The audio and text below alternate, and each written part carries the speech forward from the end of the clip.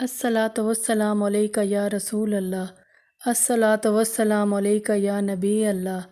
अस्सलातु वस्सलामु अलैका या हबीब अल्लाह। औज़ु बिल्लाहि मिनश्शैतानिर्रजीम बिस्मिल्लाहिर्रहमानिर्रहीम।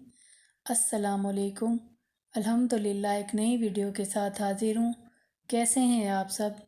मेरी दुआ है कि अल्लाह ताला आप सबको हमेशा खुश व खुर्रम रखे, आमीन। नमाज हर मुसलमान मर्द औरत पर फ़र्ज़ की गई है, इसलिए अपने आप को 5 वक्त की नमाज का आदी बनाइए।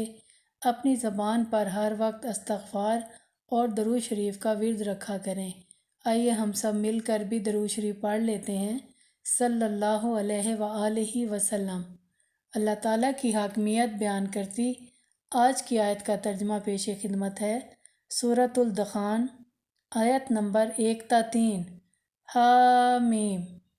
कसम है इस किताब मुबीन की, बेशक हमने नाजिल किया है इसे एक बरकत वाली रात में, इसलिए कि हम लोगों को नबे करना चाहते थे। सुभान अल्लाह। आज की वीडियो में मैं आपको दुआ की कबूलियत के औकात बता रही हूँ। इन औकात में मांगी जाने वाली दुआ ज़रूर कबूल होती है। वो औकात ये हैं: निस्फ़ शब के बाद, अज़ान व अकामत के दरमियान, शब जुम्मा, 9 ज़िलहज के दिन, रमज़ानुल मुबारक में, अफ्तार के वक्त, जहाद की सफ़ बंदी के वक्त, नफल नमाज के सजदे में, फ़र्ज़ नमाज के बाद, बारिश में, आब ज़मज़म पीते हुए, शब कदर में, जहाँ इज्तिमाई दुआ मांगी जाए।